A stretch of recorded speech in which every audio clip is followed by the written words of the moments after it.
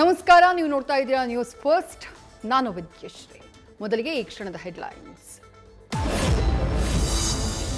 Doctor terror ಮಾಡ್ಯೂಲ್ಗೆ ಇದೀಗ ಇಡಿ entry. ವೈದ್ಯರ ನಡುವೆ ದೊಡ್ಡ ಪ್ರಮಾಣದಲ್ಲಿ ಹಣ ವರ್ಗಾವಣೆಯ ಶಂಕೆ.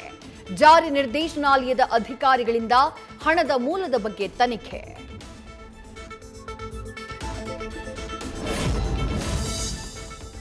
ಅಲ್ ಫಲಾಹ್ ವಿವಿ 17ನೇ ಬಿಲ್ಡಿಂಗ್ನಲ್ಲಿತ್ತು ಉಗ್ರರ ಅಡ್ಡ.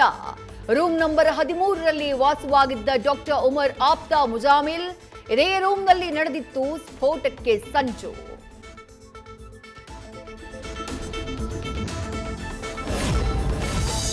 ಟೆರರ್ ಡಾಕ್ಟರ್ಸ್ಗಳಿಂದ ಕೇಂದ್ರ ಬಿಂದುವಾದ ಅಲ್ ಫಲಾಹ್ ವಿವಿಗೆ ಟೆನ್ಷನ್.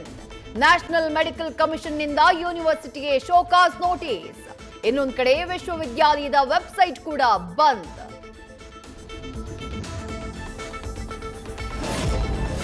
ಕಾಶ್ಮೀರದಲ್ಲಿ ಮುಂದುವರೆದ ಪೊಲೀಸರ ಕಾರ್ಯಾಚರಣೆ.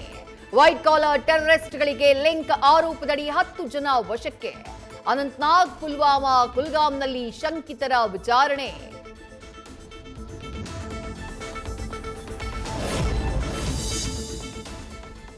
ಉಗ್ರ ವ್ಯೂಹ ರಚನೆ ಬೆನ್ನಲ್ಲೇ ಕೇಂದ್ರ ಸರ್ಕಾರ ಅಲರ್ಟ್. ಐಬಿ ಮುಖ್ಯಸ್ಥರು, ಎನ್ಐಎ ಡೈರೆಕ್ಟರ್ ಜನರಲ್ ಜೊತೆ Amit Shah meeting.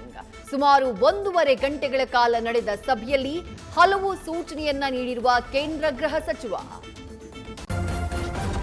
News first, ನಿರ್ಭೀತಿಯಿಂದ ನಿಮ್ಮ ಪರವಾಗಿ.